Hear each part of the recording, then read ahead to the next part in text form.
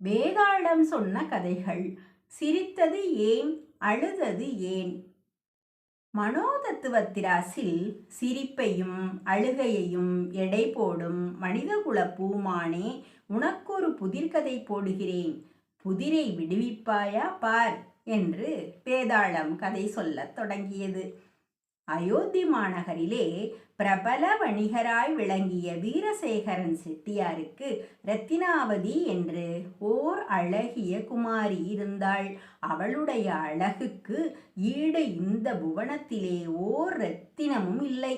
செட்டியாரின் செல்வ மதிப்பை விட அவருடைய புத்திரியின் அழகு மதிப்புதான் உலகம் முழுவதும் பரவி இருந்ததாகையால் அவளை மணக்க இச்சை கொண்டு எண்ணற்ற வணிககுமாரர்களும் இணையற்ற ராஜகுமாரர்களும் அவள் வீடு தேடி வந்தார்கள்.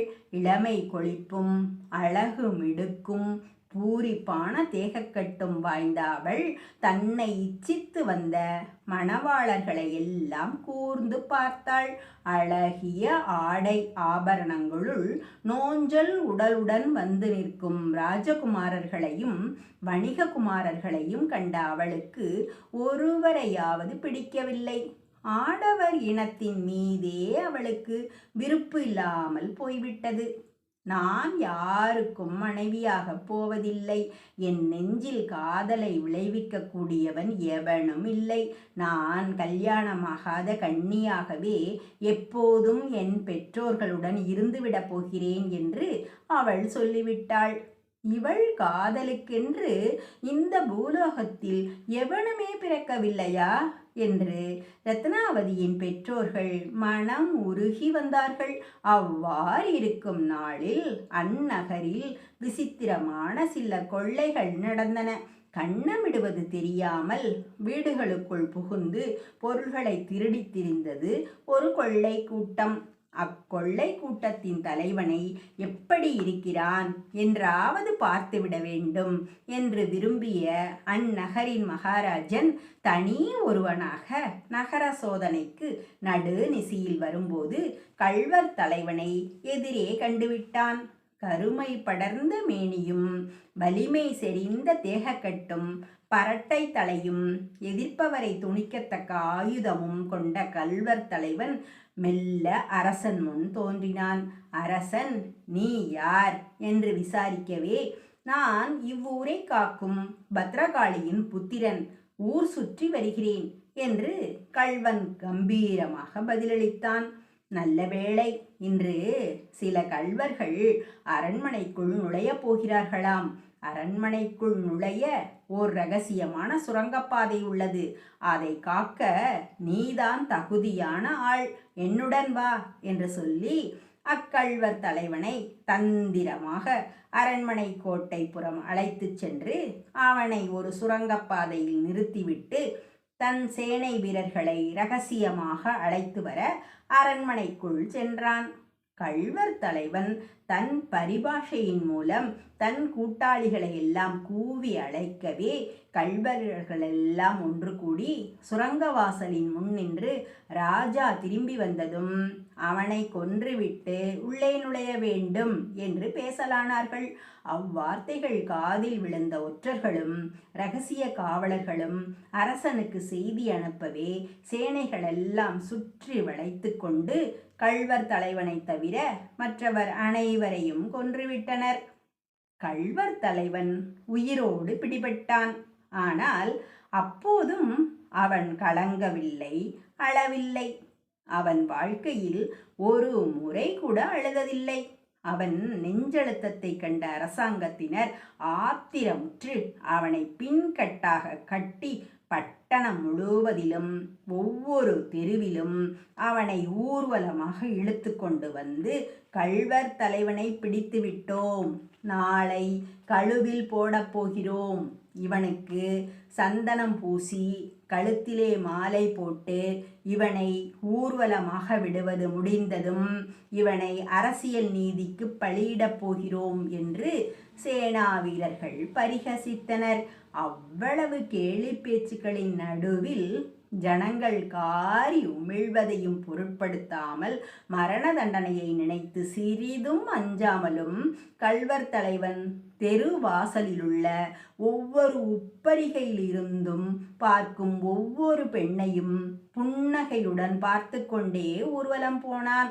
அப்போது ஊர்வலம் செட்டிமார் தெருவில் வரும்போது உலகத்து எந்த சுந்தரகுமாரனையும் கண்டு மயங்காத ரத்னாவதி இந்த கள்வர் தலைவனை கண்டதும் மயங்கிவிட்டாள். அவனது கருமை படர்ந்த திடகாத்திரமான தேகத்தையும் மரணத்தை கண்டும் அஞ்சாத நெஞ்சழுத்தத்தையும் ஆண்மையையும் புன் சிரிப்பு தவழும் முகத்தையும் அவள் பார்த்து பார்த்து மோகக் கிறக்கம் கொண்டாள்.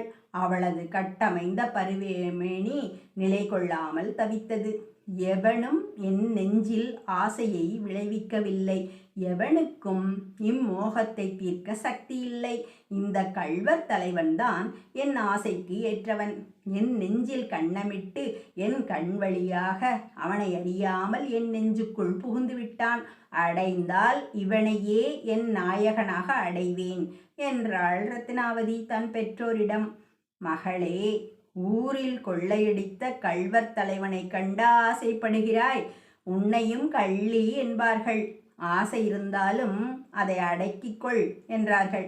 அதை கேட்டதும் ரத்னாவதி மோகப்பிரமை தீராதவளாய் அந்த கள்வர் தலைவனையே என் புருஷனாக வரித்து விட்டேன்.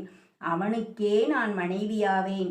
அவனை எந்த விதத்திலாவது விடுதலை செய்தால்தான் என் ஜீவன் இருக்கும். இல்லையெனில் கழுமரத்தில் அவன் உயிர் ஊசலாடும்போது என் உயிர் பறவை இந்த உடற்கூட்டிலிருந்து வெளியே பறந்துவிடும். கள்வர் தலைவன் காலடியில் உங்கள் மகள் கண்ணி விதவியாக பிணமாகி கிடப்பதைத்தான் காண்பீர்கள் என்று தீர்மானமாக சொல்லிவிட்டாள். மகள் மீதுள்ள பாசத்தால் இரத்தின வியாபாரி ஒரு விலை மதிப்புற்ற கோமேதக கல்லை தூக்கி கொண்டு அரண்மனைக்கு போய் அரசனுக்கு அந்த கோமேதக ரத்தினத்தை பரிசாக கொடுத்து, மகாராஜனே, இதைவிட விலை மதிப்பற்ற ரத்தினம் போல் ரத்னாவதி என்ற ஒரு குமாரி எனக்கு இருக்கிறாள். நெடுங்காலம் தவம் பண்ணி தள்ளாத வயதில் பெற்ற பெருந்தனச் செல்வியவள். நீங்கள் மரண தண்டனை விதித்து நாளை கழுமரத்தில் தொங்கவிடப் போகும் அந்த கள்வர் தலைவன் மீது என் குமாரி மோகம் கொண்டு விட்டாள். அவனை தாங்கள் அன்பு கூர்ந்து விடுதலை செய்தால் என் திரவியங்கள் அனைத்தையும் அரசாங்கத்துக்கு தத்தம் செய்து விடுகிறேன். அவன் இந்த ஊரில் கொள்ளையடித்தது போல் 4 மடங்கு பொருள்களை ஊராருக்கு கொடுத்து விடுகிறேன். தயை புரிந்து அவனை விட்டுவிடுங்கள் என்று கெஞ்சி கூத்தாடினான். அரசன் மெல்ல சிரித்து, வணிகப் பெருமகனாரே, நீர் வேறெது கேட்டாலும் தருவேன். ஆனால் இத்தனை நாளும் ஊரை கொள்ளையடித்து திரிந்த கள்வர் தலைவனை விடமாட்டேன். அதனால் என் அரசியல் நீதி கவிழ்ந்துவிடும். கள்வருக்கு பரிந்து கொண்டு பேச வந்த உம்மீதும் உடந்தை குற்றம் விழுமாகையால் என் முன் நில்லாமல் விரைவில் போய்விடும் என்றான். செட்டியார் மிகவும் மனக்லேசமுற்று வீடு திரும்பினார். கள்வர் தலைவனுக்கு விடுதலை இல்லை என்பதை அறிந்ததும் ரத்னாவதி அலறி துடித்து, என் காதலன் போகும் வழிதான் என் வழி.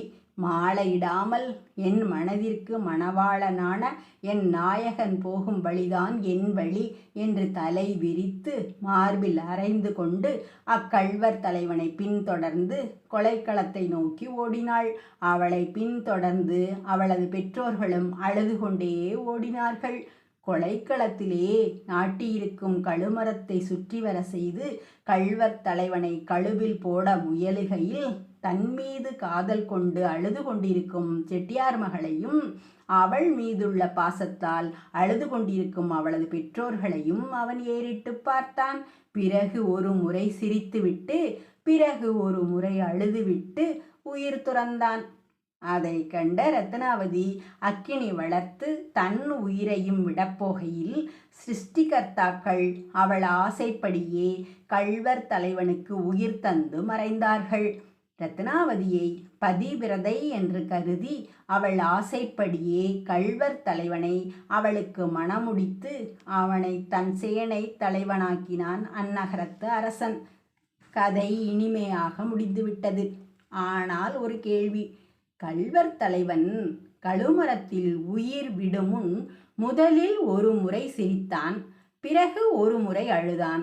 முதலில் அவன் சிரித்தது ஏன், பிறகு அவன் அழுதது ஏன் என்று இதுவரை புதிர்கதை சொல்லி வந்த வேதாளம் கேட்ட கேள்விக்கு விக்ரமாதித்த மகாராஜன் புத்தி சாதுரியமாக சொன்ன பதிலாவது: தன்னை முன்பின் அறியாத கண்ணி ஒருவள் கள்வனாகிய தன் மீது காதல் கொண்டு கொலைக்களத்திற்கு வந்த வேடிக்கையை நினைத்து முதலில் சிரித்தான். பிறகு அவள் மீதுள்ள பாசத்தினால் பெற்றோர்கள் படும் விசனத்தை கண்டு அழுதான். ஏனெனில் அவனுக்கு காதலிகள் உண்டு, பெற்றோர்கள் கிடையாது.